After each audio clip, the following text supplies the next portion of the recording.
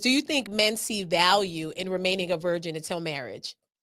I think most men don't see it till it's too late. Ooh. No, for real. Go I've ahead, had go a ahead. lot of teammates and a lot of friends. They Yeah. after the fact they look at it like, bro, and whether they got a baby mama or whether they caught some or whether they just in a bad situation, they're just like, bro, I wish I would have waited. And so hindsight is always 20.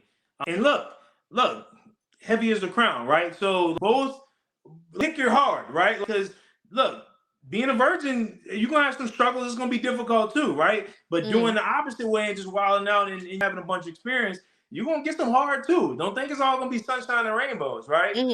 Especially obviously you moving outside of God's will, so you're really gonna have it, right? So a lot of dudes, I hear them now, and they realize the importance and the value of it after the fact, right? Right. But I encourage any dude that you may be on that teeter line, go ask an Yeah. older kingdom man, right? Don't just ask any old, because then be like, hey man, right? Go ask the older kingdom man that you admire, that you look up, and be like, man, do you regret it or do you wish? And some of them, and I'm gonna keep it a buck, even if it's like, oh, I wish I would have at least waited until my wife, Yeah. right?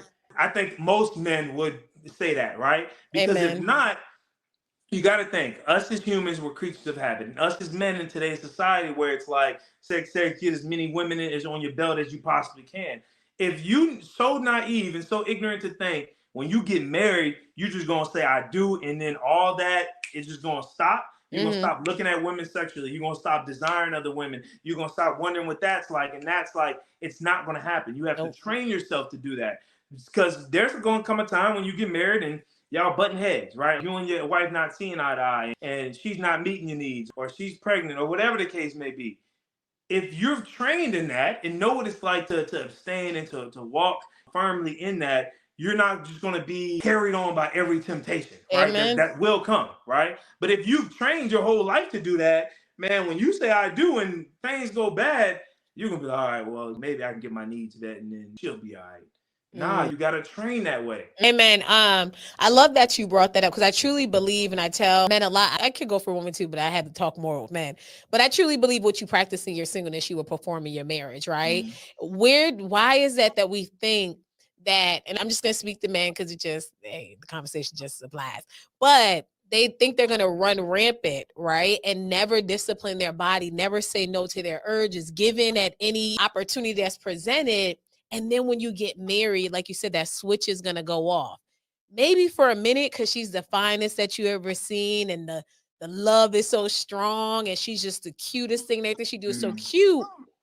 But eventually, right, finer is going to come. Yeah. Funnier is going to come, right? Like more smarter is going to come. And then how do you then discipline yourself when you're used to giving in?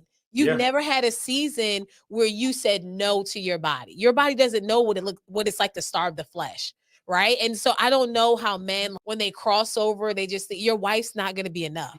It's just it, right? Because it's not her, right? It's you and your commitment to God and your discipline with God, and you're answering to God that's going to keep you on that straight right path. If that's your wife. But for men, the one I'm speaking to, they think when they get married, their wife, oh no, I love her, I'm a love, but she's not going to be enough, right? It's going to fade, it's going to get old. And that's why you have to be rooted in Christ, right? That's why you have to have even just what do you call it, just caring about your character, right? About who are you. Said, even in the absence of social media, I stand on what I believe in, right? I said one thing, I'm gonna stand on that, because you never know, right? Who's watching, who's gonna challenge it. So it's like, for me, if I say I'm a Christ follower and I'm abstaining unto the Lord, like keep that in mind at all levels, right? That even if someone, say I was married and he cheated, right? I'm not then gonna go cheat, right? Because I'm rooted in Christ. I'm a reflection of that, right? It's not a tit for tat, because I'm rooted in Christ and I'm not going to do that, right? It goes against what I believe